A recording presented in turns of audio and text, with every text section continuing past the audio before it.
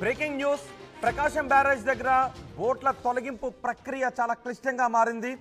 పడవలను తొలగించడానికి అధికారులు మరో కొత్త విధానాన్ని అవలంబిస్తున్నారు. ఇవాళ వాటర్ లోడింగ్ ప్లాన్ ని అమలు చేయబోతున్నారు. ఇప్పటివరకు దశల వారీగా ఎన్ని ప్రయత్నాలు చేసినా విఫలమవుతూనే వస్తుంది. వాటర్ లోడింగ్ ప్లాన్ అమలు చేసి బయటకు తీయటానికి ప్రస్తుతం ప్రయత్నాలు చేస్తున్నట్టుగా తెలుస్తోంది. అబ్బులు టీం ఈ బోట్లను బయటకు తీసే పనులను చేస్తుంది.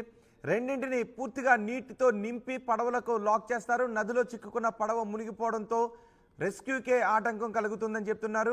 లాగే కొద్దీ రోప్ క్రేన్ పై భారం పెరుగుతోంది. బ్యారేజ్ దగ్గర నుంచి 10 అడుగులు ముందుకు తీసుకొచ్చారు రెస్క్యూ టీం. అయితే అండర్ వాటర్ ఆపరేషన్ ఇంకా పూర్తి కాలేదు. నీటిలో ఒత్తిడి ఎక్కువగా ఉండడంతో బోటును పూర్తిగా కట్ చేయలేకపోతోంది డైవింగ్ టీం. ప్రవాహ ఉధృతితో డైవర్లకు ఇబ్బంది కలుగుతోందని చెప్తున్నారు.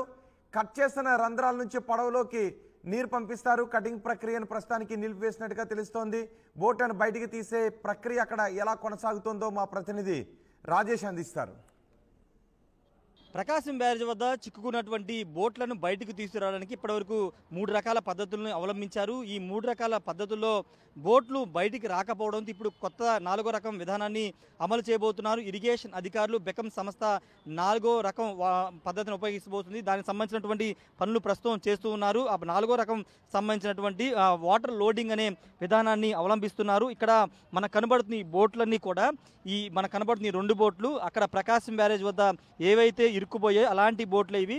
ఇలాంటి బోట్లు అక్కడ ఇరుక్కుపోయాయి. ఇప్పుడు అలాంటి బోట్ల సాయంతోనే వాటిని బయటికి తీసుకురావడానికి 4వ రకం పద్ధతి వాటర్ లోడింగ్ అనే పద్ధతిని అవలంబిస్తున్నారు. ప్రస్తుతం మనం చూస్తున్నటువంటి ఈ 2 బోట్లని జాయింట్ చేస్తున్నారు. పెద్ద పెద్ద ఐరన్ రాడ్లతో జాయింట్ చేస్తున్నటువంటి దృశ్యాలు మనం చూస్తున్నాం. రెండింటిని కూడా జాయింట్ చేసిన తర్వాత ఈ 2 బోట్లను కూడా ప్రకాశం బ్యారేజ్ వద్దకు తీసుకువెళ్తారు. ఒకసారి మనం చూస్తే కనుక ఆల్రెడీ ఒక పెద్ద రాడ్ని జాయింట్ చేసి 2 బోట్లను కలుపుతూ ఐరన్ రాడ్తో జాయింట్ చేశారు. అటువైపును కూడా సమాంతరంగా ఇంకొక రాడ్ని పెద్ద ఐరన్ రాడ్ని అక్కడ దాన్ని జాయింట్ చేయబోతున్నారు. 2 జాయింట్ చేసిన తర్వాత 2 బోట్లని ప్రకాశం బ్యారేజ్ వద్ద ఎక్కడైతే బోట్లు మునిగాయో అక్కడికి తీసుకువెళ్తారు. తీసుకువెళ్ళిన తర్వాత ఆల్రెడీ ఒక బోటు మునిగింది కాబట్టి ఆ మునిగిన బోటుని ఈ బోట్లను కూడా ముంచి అంటే ఈ బోట్లని అక్కడ తీసుకెళ్లిన తర్వాత ఇక్కడ మనకు కనబడుతుంది కదా ఈ ఖాళీ బోటు మధ్యలో ఇటువైపు అటువైపు కనబడుతుంది కదా ఆ ఖాళీ ప్లేస్లో జనరల్గా అయితే ఇసుకను తీసుకురావడానికి ఇసుకను అక్కడ దాంట్లో వేసి బయటికి తీసుకొస్తారు. దానికోసం ఈ బోట్లు ఉపయోగిస్తారు. ఇప్పుడు ఆ ప్లేస్లో వాటర్ మొత్తం నింపబోతున్నారు.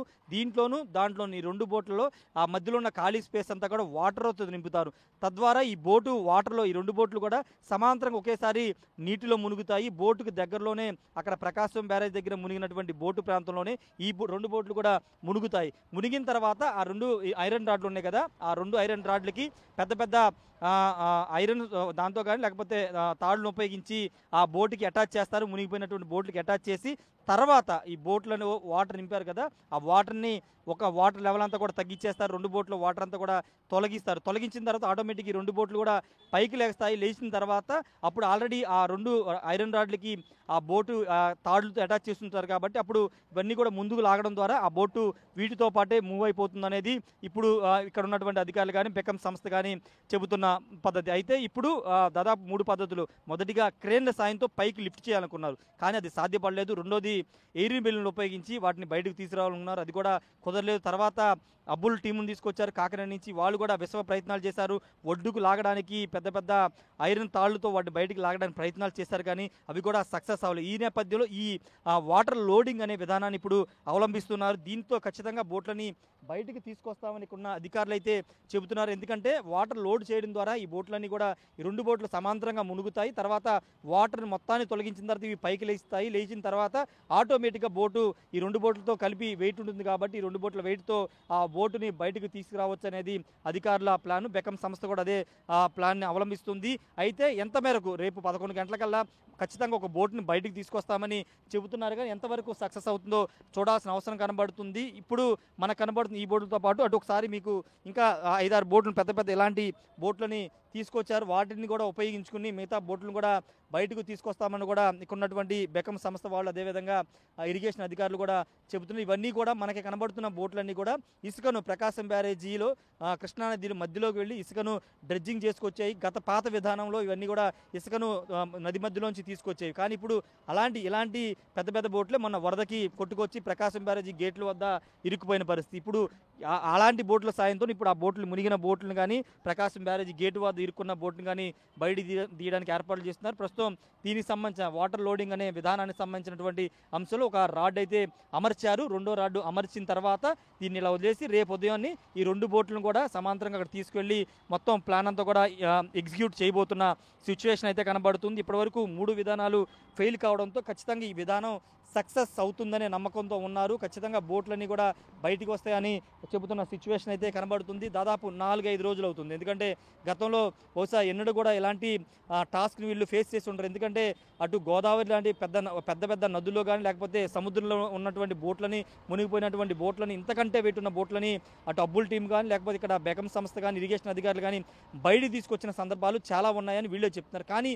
ఇక్కడ ఏంటంటే వాటరు కొంత ఇబ్బందికరంగా మారడం, బోటు మునిగిపోవడంతో పాటు బయటికి లాగడానికి మధ్యలో కొంత గోడ ఉండడంతో కొంత బయటికి లాగలేని పరిస్థితి. ఈ నేపథ్యంలో పైకి లిఫ్ట్ చేయడానికి కూడా మొన్న క్రేన్ల సాయంతో లిఫ్ట్ చేయాలనుకున్నారు. కానీ ప్రకాశం బ్యారేజీ ఉన్నటువంటి ఆ హైట్ నుంచి లిఫ్ట్ చేయాలంటే చాలా కష్టమైన పని కాబట్టి అది కూడా వర్కౌట్ కాలేదు.